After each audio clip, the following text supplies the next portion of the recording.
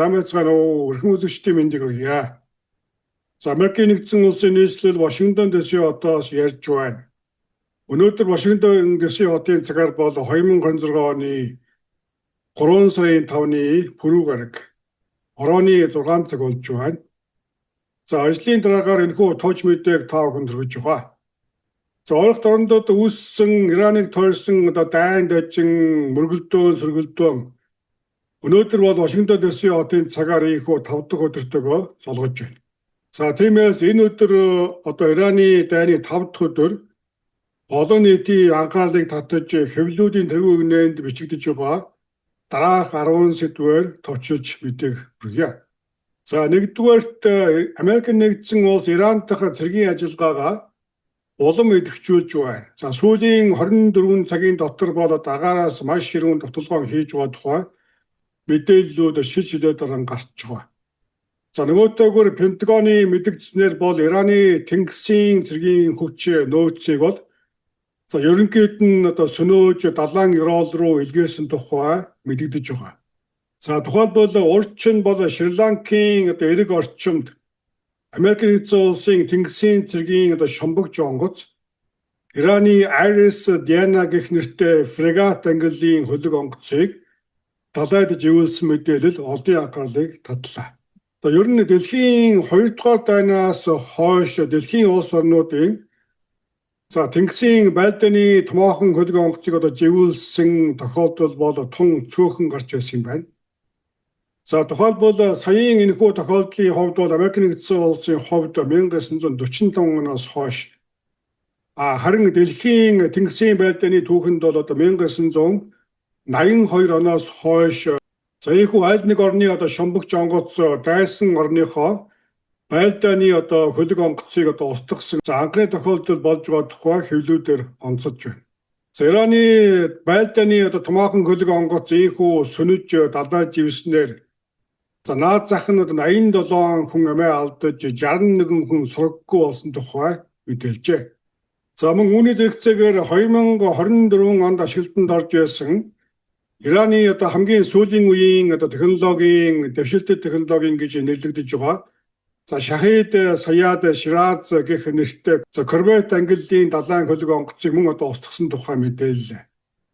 Ийхүү албаны их сурвалжаас мэдээлснээр бол Америк нэгдсэн улс болон Израилийн холбоотон Ираны нийтдээ 11 цэргийн хөлөг онгоцыг устгаж Ираны тэнгисийн цэргийн хүчин гэж үндсэндээ байхгүй боллоо гэсэн мэдээллийг албан зүгээс хийж байна. За хоёрдугаарт Ираны баллистик пуужингийн довтолгооны эрч хүч давтамж эрс буурсан тухай хэвлэлүүдээр мөн мэдээллээ. Энэ нь бол мэдээж Ираны пуужингийн нөөц багасгаж дуусаж байгаа. Нөгөөтэйгүүр пуужин харвах төхөөрөмжүүдийг агаараас устгаж байгаатай холбоотой гэсэн ийм боломжит таамгууд бол харагдаж байгаа. Тэгвэл иранчууд харсан зүгтээ байтугай онилсон байнд харвах пуужин цөөрч байгаа тухай ийм мэдээ байна. Гуравдугаарт нь үүнтэй холбоотой мөн маш сонин мэдээлэл өнөөдөр гарлаа. Энэ нь хэдийгээр Ираны баллистик пуужингийн довтлогооноо эрс цөөрсөн байгаа боловч үүний хэрээр мөн болонгийн орнуудын пуужингаас хамгаалах Америкт үйлдвэрлэсэн Patriot брендийн пуужингийн нөөц дуусаж байгаа. Үүнийгээ хаана хүлээн зөвшөөрч эхэлсэн мэдээ байна. Энэ тухай Украины ерөнхийлөгч Зеленскигийн ярьснаас үзэхэд бол болонгийн орнууд мөн Америк, Израилийн холбоотнууд энэ дайны ердөө 3 өдрийн дотор нийтдээ 800 орчим Patriot пуужин шатаасан гэж тооцож байна. Энэ тоо бол үндсэндээ Украины Оросын эсрэг дайцсан дайны бүхий л цаг үед ашигласан Patriot пуужингийн тооноос хавьгүй давж гарч байгааг Зеленский ярьсан байна. Дөрөвдүгээрт мөн дээрхтэй холбоотой бас нэг сонин үзэгдэл бий болж үүнийг дэлхийн хэвлэлүүдээр шууган ярьж байгаа. Энэ нь болонгийн орнууд болон Америкчуудыг сандаргаж эхэлсэн зүйл нь бол ерөнхийдөө Ираны баллистик пуужин биш харин Ираны шахид гэх дроны довтолгоон гэдгийг Америкийн тал хүлээн зөвшөөрч улмаар дроны эсрэг тэмцэхэд Украинаас тусламж гуйхад хүргэж байж болзошгүй тухай ийм мэдээлэл байна. За энэ мэдээнд гарч байгаа гол нюанс бол үндсэндээ одоо харьцангуй бага өртгөөр бүтсэн дронууд за хэд олон тоогоор одоо давтаж байгаагаас ийхүү одоо боломжийн орнуудын агаарын хамгаалалтын системийг одоо солиулахад хүргэсэн тухай. За сүүлдээ хамгаалж дийлэхгүй болж байгаа тухай мэдээлэлүүд байна. За үүнийг маш энгийн байдлаар одоо харьцуулж үзэхэд жишээ нь Америкийн нэг ширхэг одоо Patriot Pooch-ын харвах зардал нь бол 4 сая орчим доллар байдаг тухай ийм тоо оромтод байдаг. Харин үүнтэй харьцуулахад Ираны шахаад 136 гэх одоо дроны өртөг бол за хамгийн ихээр тооцоход 50,000 орчим доллар байдаг. За ингээд практик дунджаар тооцоход одоо 20-с 30,000 долларын хооронд одоо бүтдэгэ гэсэн. За ийм тооцоо байдаг юм байна. За тиймээс Ираны хямд дронуудыг одоо даруй 80-аас одоо 200 дахин одоо өндөр өртөгтэй за буужингаар одоо амдаж устгах нь одоо нэгдүгээр зэвсгийн нөөц хангалтын асуудал. За ингээд цаашлаад мэдээж ямар ч одоо эрүүл ухаантай хүн бодсон одоо эдийн засгийн ямар ч одоо боломжгүй үр ашиггүй шийдэл болж байгаа нь тодорхой байна. За тиймээс ч үндсэндээ одоо Оросуудын одоо харамсан Ирануудын одоо илгээсэн энэхүү шахаад дронтой бараг одоо 4 жил орчим одоо байлдаж за ингээд аль хэдийн одоо учрыг нь олоод сурчсан Украин улс за энэ удаад аминд орж магадгүй тухай мэдээ багмаа. За Украины цэргийн мэргэжилтнүүдийн одоо ярьж байгаагаас үзэхэд Ираны шахаад дроныг бол буужингаар биш харин дроны одоо хяналтыг нь одоо занаас сарниулах байдлаар 90%-аас дээш одоо үр дүнтэй устгаж зогсоож чадна гэж амлаж байна. За тиймээс Украин улс бол үндсэндээ боломжийн орнуудад тусламжийн гараа сонгоход бэлэн гэсэн за ийм мэдээлэл гарсан өнөөдөр олонний анхаарлын төвд байнамаа. За 5 дугаарт Иран өчигдөр бол одоо Туркийн агаарын хилийг зөрчсөн бол харин өөрчлөн Азербайджан улсын одоо агаарын хил рүү мөн одоо дроноор халдлаа. За Азербайджан улсын Накчеван гэх одоо жижиг хотын онгоцны буудлын орчимд одоо 2 дрон онож дэлбэрсний улмаас хүн бэртэж гэмтсэн тухай мэдээлж байна. За үйл явдлын дараагаар Азербайджан улсын зүгээс энэхүү мэдээллийг одоо албан ёсоор баталгаажуулаад Ираны зүгээс явуулсан энэхүү одоо үйлдэлийг одоо зүгээр өнгөрөөхгүй хариу арга хэмжээ авна гэсэн мэдээллийг тус улсын баталгаа хамгаалах хаврын зүгээс гаргасан байна. За ингээд товчхон сануулхад өчигдөр НАТО бол одоо Турк руу чиглэсэн Ираны одоо баллистик пуужин одоо амдан устгаснаар за энэ дайнд бол үндсэндээ шууд босоор оролцож байгаа орнуудын тоо үндсэндээ 12 орчим болоод байнамаа. За дараагийн мэдээ 6 дугаар одоо үйл явдал бол дэлхийн далайн худалдааны гол судсуудын нэг болсон. За Хормузын хоолой одоо саатсан хэвээрээ байна. За энэхүү далайн хоолойгоор дамжин өнгөрдөг далайн тээврийн хөдөлгөөн бараг 95%-аар буурсан тухай мэдээлж байна. За энэ үүссэн одоо паникийг намжаахаар Франц, Америк зэрэг одоо томоохон орнууд за тайвшруулсан одоо мэдээллүүдийг удаа дараалан хийж байгаа боловч за мэдээж ховын одоо тээврийн компаниуд тийшээ зүглэж одоо азаа өсөхийг бол хүсэхгүй байгаа болтой байна. За тиймээс далайн тээврийн онгоцууд бол одоо бомбуудад одоо дээр аваарч одоо хоригдлогдсон тухай мэдээлж байна. За нөгөөтэйгүр энэхүү нөхцөл байдал бол үндсэндээ дэлхийн тээврийн одоо цар хүрээгээр дэлхийд 2 дугаарт жагсдаг Maersk гэх одоо компани за боломжийн орнуудаас тээвэр хийхийг одоо зогсоосонтой мөн одоо холбон тайлбарлаж болохоор байна. За Иран улсын хувьд Хормузын хоолойгоор зорчсон одоо хөлөг онгоцуудыг буудаж сөнөөнө гэж сүрдүүлж байна. Мөн зарим хэвлэлээр бол үндсэндээ Америкийн газрын тосны тээврийн одоо онгоцыг дроноор одоо буудсан гэх мэдээлэл бол гарч байгаа. Харин Америкийн тал үүнийг одоо албан ёсоор баталгаажуулсан мэдээлэл хараахан хийгээгүй байна. За хэрвээ энэхүү одоо Хормузын хоолойг одоо тойрсон хямрал удаан үргэлжилбэл за энэ бол мэдээж Хятад улсын хувьд тухайлбал одоо тун ашиггүй ийм нөхцөл байдал үүснэ.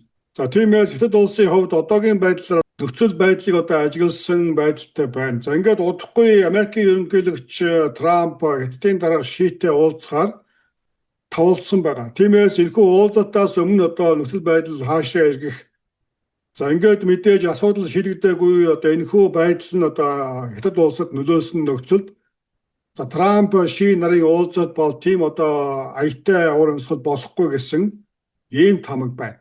За дараагийн мэдээ 7 дугаар онцлог мэдээ бол Америк Иран хоёр өшигний ард гал зогсоох талаар нууцаар ярилцаж байж магадгүй гэж Израилийн тагнуулын албаар сэжиглэж байгаа тухай хэвлүүдээр мөн шуугиж эхэллээ.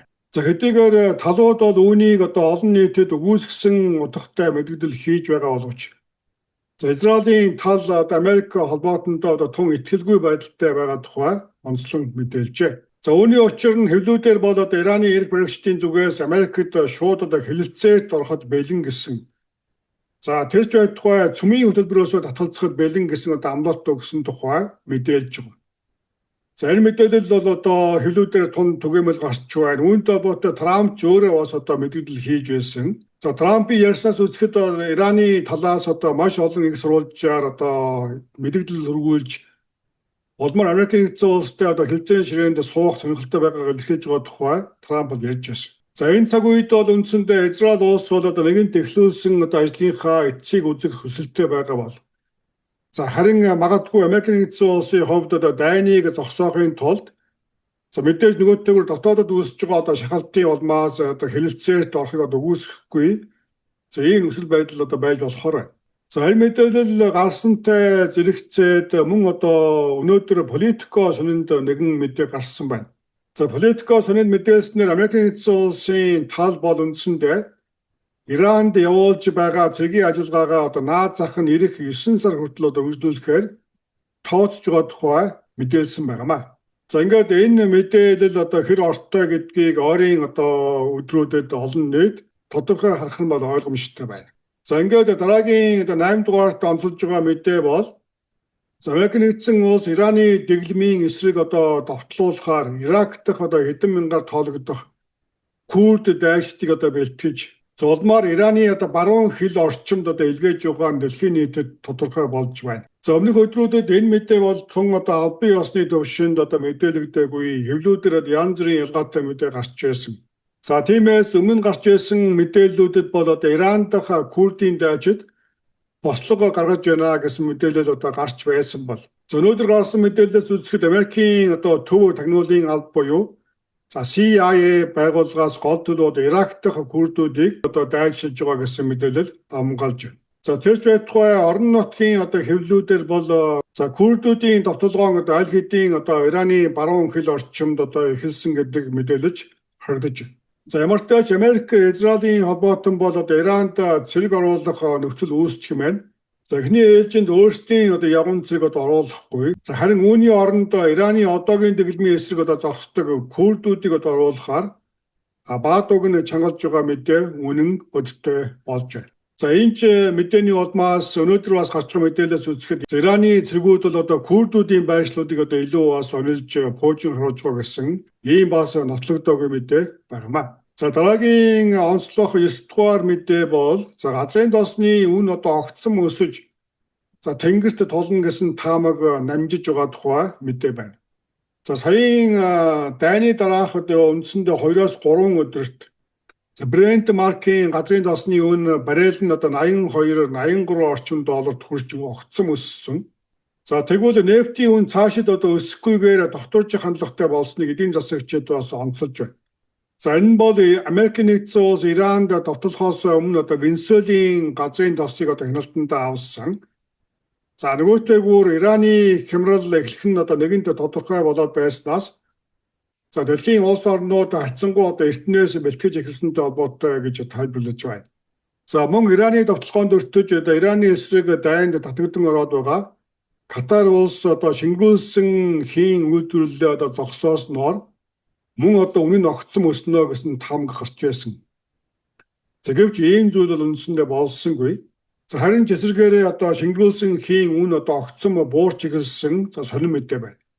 Эдгээр зах зээлийн үзэгдлийг ажиглагчид бол дэлхийн орнууд дэлхийн хөрөнгийн бирж зах зээл бол үндсэндээ тодорхой бос байдал.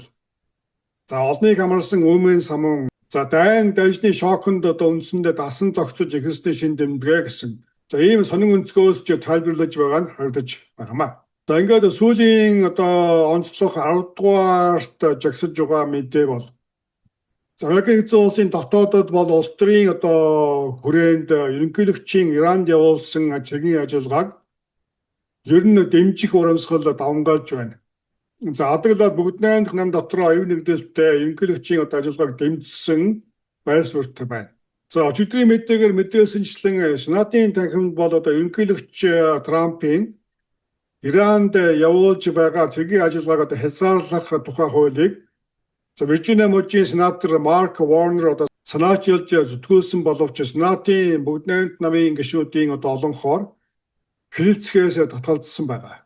За тэгвэл өнөөдөр пүрэв барагт Конгрессийн доод танхим болох төлөөлөгчдийн танхимд мөн одоо энэ хуулийн төслөөр санал хурааж улмаар мөн одоо гол төлөв одоо намын саналаар буюу 212-219 гэсэн саналаар хууль унсан байна. За тиймээс ч Америкийн улс төрчид бол Трампын одоо Иранд явуулж байгаа цэргийн ажиллагаа хаа хүртэл явахыг нь одоо хазнаж ажиглах гэсэн байр суурьтай байна. За энэхүү Ираны дайны 5 дахь өдөр болж ирнэж байгаа үйл явдлуудыг товчхон хуваалцлаа. Мэдээнд анхаарлаа хандуулсан үзэгч та бүхэнд баярлалаа. Дараагийн мэдээгээр удахгүй уулзъя.